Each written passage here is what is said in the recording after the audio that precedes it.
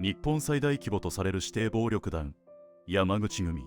その歴史は100年以上に及ぶ。だがその出発点は意外なほど小さく、そして質素だった。わずか50人足らずの港湾労働者を束ねた小さな労務供給団体。それが後に巨大組織へと発展していく山口組の原型である。その大規模組織の創設者が山口春吉だ。初代組長と聞くと、多くの人は荒々しい武闘派の親分像を思い浮かべるかもしれない。しかし春吉の歩みは、むしろ明治、大正という激動の近代化の波に乗った、労務統率者、事業家としての側面が強い。漁師として生きた青年が神戸港へ移り、荒くれ者が集う港湾労働の世界で頭角を現し、やがて妊婦供給業を基盤に組織を築き上げていく。彼は単なる武闘派だったのか、それとも時代の変化を読んだ実業家だったのか。今回は彼の生涯について掘り下げていこう。淡路島に生まれた一人の漁師、1881-1910頃、1881年、明治14年、山口春吉は兵庫県淡路島に生まれたとされている。当時の淡路島は決して豊かな土地ではなく、春吉の家も例外ではなかった。彼は若い頃から漁師として働き、家族を養っていた。しかし漁師の生活は天候に左右され、収入は不安定だった。特に淡路島のような小規模な漁村では、取れる魚の量も限られており、将来への展望は乏しかった。春吉には妻と子供がおり、このまま島で漁師を続けていても、家族に十分な生活を提供することは難しいと感じていたと言われている。明治後期、日本は急速に産業国家へと変貌していた。特に港湾都市である神戸は、国際貿易港として目覚ましい発展を遂げていた。外国船が次々と入港し、造船所や工場が建設される。そこには仕事があり、機会があった。淡路島で細々と漁を続けるよりも、神戸へ出た方が未来がある。春吉はそう判断したとされる。1910年頃、彼は妻子を伴い、神戸への移住を決断する。島での財産を処分し、家族と共に神戸へと渡った。この決断は、一人の貧しい漁師の人生を変えただけでなく、後の日本裏社会史を大きく変える第一歩となったのである。神戸港というゴールドラッシュ。1910年前後、当時の神戸港はまさに西日本のゴールドラッシュだった。貿易流は増加の一途をたどり、造船業、鉄鋼業が急成長していた。それに伴い、沖中市と呼ばれる港湾に役労働者の需要が爆発的に増えていた。沖中市とは、船から陸へ、陸から船へ荷物を運ぶ労働者のことである。重労働で危険な仕事だが、当時は機械がないため、すべて人の手で行われていた。神戸に到着した春吉は、まず吉鎮宿と呼ばれる簡易宿泊所に身を寄せたと言われている。新川、兵庫、長田といった地区には、こうした流入労働者を受け入れる吉鎮宿が数多く存在し、スラム街のような様相を呈していた。春吉が最初に働いたのは、倉橋組という海運業者だったとされる。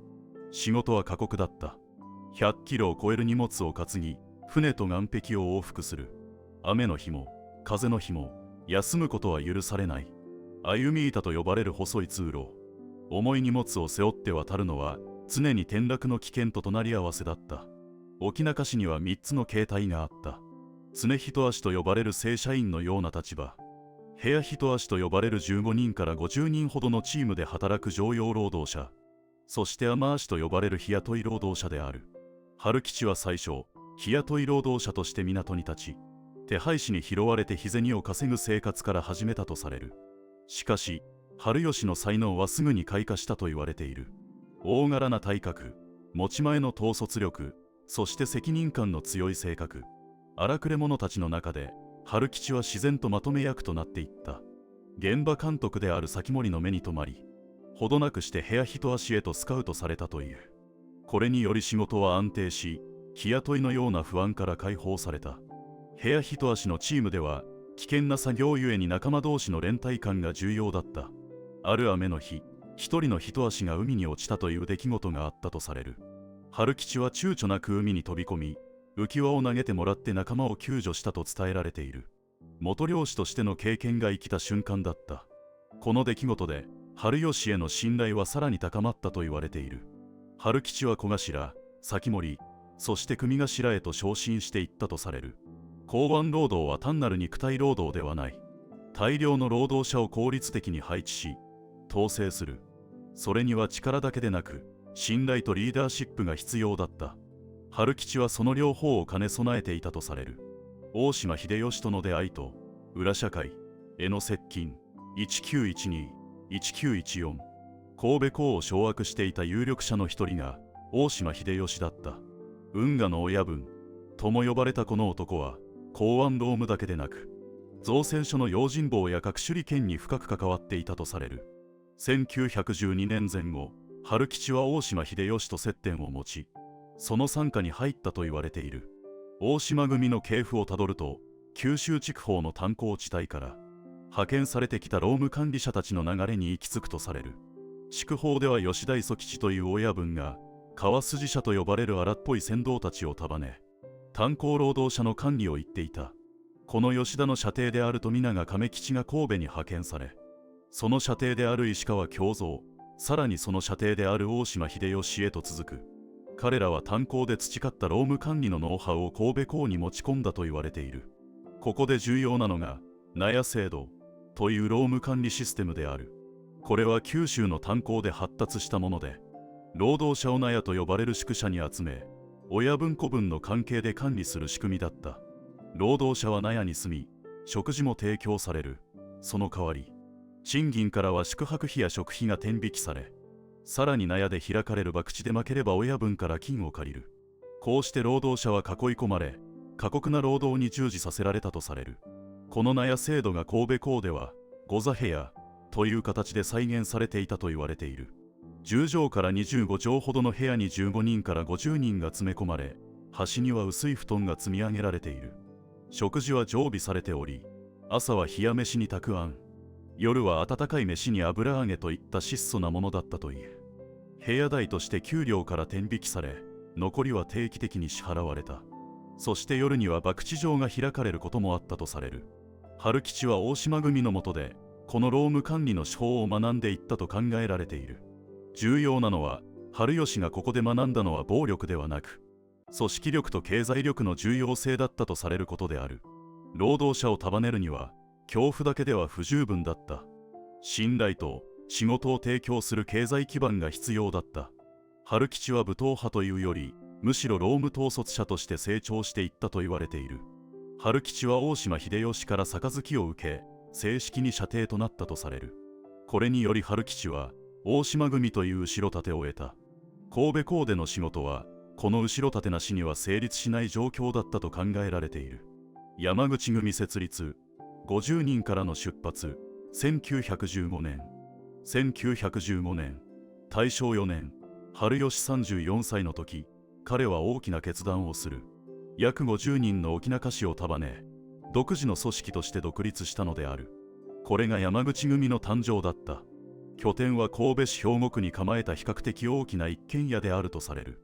2階は約50畳の大広間で、そこには布団が山のように積まれていた。常時30人から40人の労働者がここで寝泊まりしていたという。1階には食堂があり、常時数十人分のおかずが用意されていたと言われている。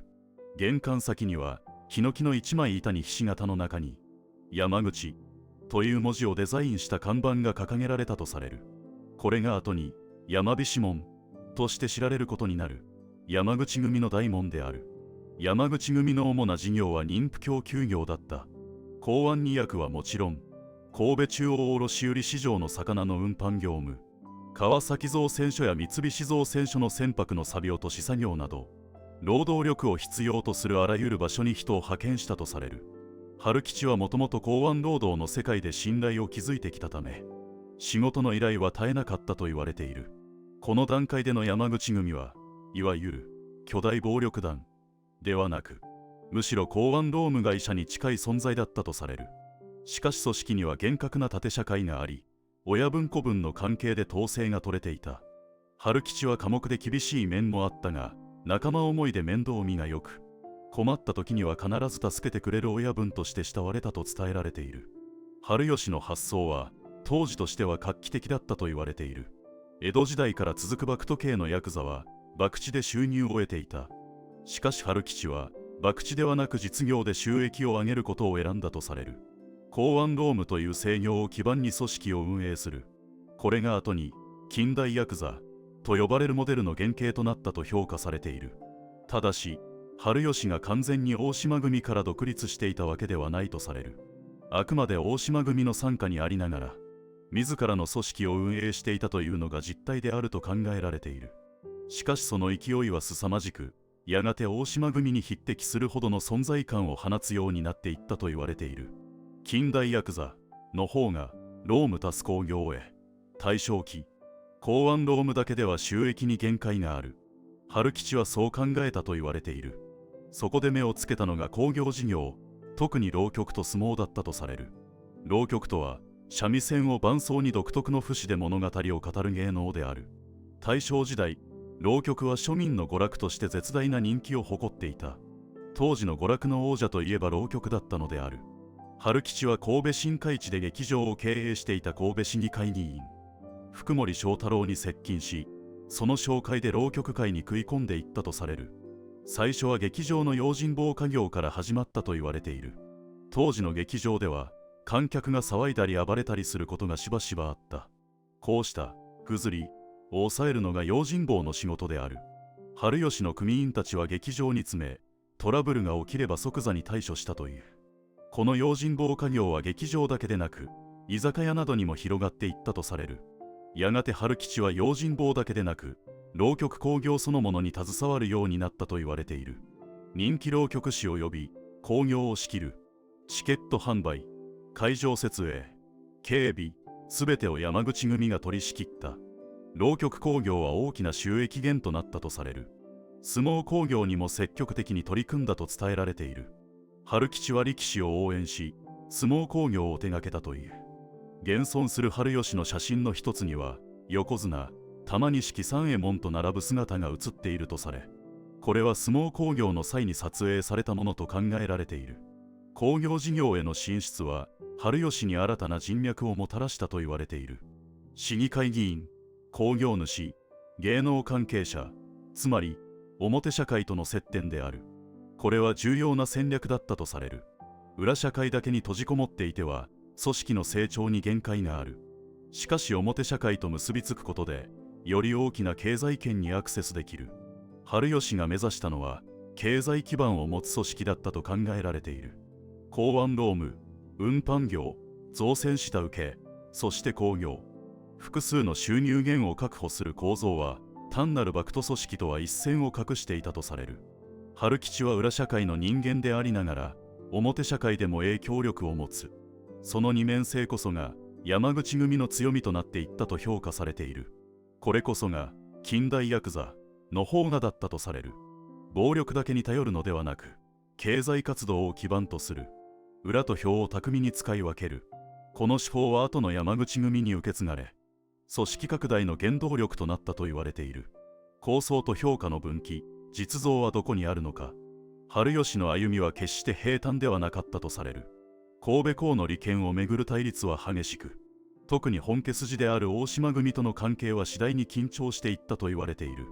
1923年、神戸のヤクザ地図を塗り替える大事件が起こったとされる。筑豊から派遣されてきた富永亀吉が殺害されたのである。原因は大日本国水会神戸支部をめぐるトラブルだったという。翌年には富永の舎弟である石川京三も病死する。この2人の大物の死によって神戸ヤクザの座は大島秀吉、そして春吉へと回ってくることになったと考えられている。一部の証言では春吉が抗争に関与したという話も語られている。ただしこの話については資料的な裏付けが乏しく詳細は明確ではない。他の複数の資料ではむしろ事業家としての側面が強調されている。ここに山口春吉という人物の二面性が現れている。一方では寡黙で勤勉、責任感が強く仲間思いの労務統率者、雨の日に海に落ちた一足を自ら飛び込んで救助したというエピソードや、人の嫌がる仕事を率先して引き受ける姿勢などが語られる。他方では義理人情に厚く、舎弟を守るためなら命を懸ける覚悟を持った親分、抗争を恐れない面も確かに存在したと考えられている。どちらが真実なのか、おそらく両方とも真実なのだろう。春吉は時代の狭間にいた人物だった。近代化が進む日本で労務管理という合法的事業を営みながら、同時に暴力が支配する裏社会でも生き抜かなければならなかった。その二面性こそが山口春吉という男の実像だったと考えられている。若き東映の継承と春吉の最後、1925、1938、1925年、大正14年、春吉44歳の時、彼は組長の座を退いたとされる。後継者に指名されたのは長男の山口昇、わずか23歳という若さだった。この若すぎる継承劇の裏には、春吉の深い思惑があったと言われている。自分は大島組の舎弟である。その制約がある限り、山口組の完全な独立は難しい。しかしどうならば大島組とのしがらみがない。彼の手で山口組をさらに発展させることができる。春吉はそう考えたのではないかとされる。継承式には兵庫県会議員や市議会議員が参列し、大島組からは大島秀吉本人とその幹部たちが臨席したと伝えられている。これは山口組が単なる暴力団ではなく、地域社会に一定の影響力を持つ組織であったことを示していると考えられている。組長を退いた後、春吉は事業側に専念したとされる。山口組の合資会社を設立し、その社長に就任したと言われている。神戸中央卸売市場が開設されると、その荷役運搬業務に関わり、表社会における影響力をさらに強化していったとされる。一方、2代目となった党は、父が築いた基盤をもとに組織をさらに拡大させていったと言われている。浪曲工業では山口組工業部を立ち上げ、神戸の工業士と提携して大会を開催、成功を収めたとされる。さらに吉本工業との協力関係を築き、地元政治家の後援団体としても活動したという。そして党は、父が避けてきた大島組との対決を選択したとされる。神戸中央卸売市場をめぐる対立は激化し、大島組は山口組に波紋を突きつけたと言われている。しかし党はこれにこごめせず、激しい抗争の末に市場の荷役運搬権を獲得するという勝利を収めたとされる。これにより山口組は大島組支配下から完全に独立し、神戸を拠点とする独立組織としての地位を確立したと考えられている。1938年、昭和13年1月17日、山口春吉は57歳で死去した。死因は明確ではない。墓は神戸市北区の日踊越墓園に建てられた。春吉の死から4年後の1942年、2代目の藤も41歳の若さで亡くなったとされる。1940年に吉本興業をめぐる抗争で負傷しており、この時の傷が原因で脳一血を起こしたと言われている。しかし春吉が築いた基盤は消えなかった。1946年、3代目として田岡和夫が就任すると、山口組は爆発的な拡大を遂げる。港湾労務と工業という2本柱、そして表社会との接点。これらはすべて春吉の時代に確立されたものだった。田岡は春吉の遺産を最大限に活用し、山口組を日本最大の組織へと押し上げていくのである。山口春吉は単なる初代組長ではない。近代化する日本の中で、労務供給と経済活動を組織化した人物であると評価されている。暴力の時代でもあり、事業の時代でもあった。その狭間で、彼は組織の形を作った。歴史の評価は分かれるが、港湾の一労働者から始まったその歩みが、日本裏社会史の出発点の一つであったことは間違いない。今後はさらに深掘りした内容を紹介していく。チャンネル登録をぜひしてみてほしい。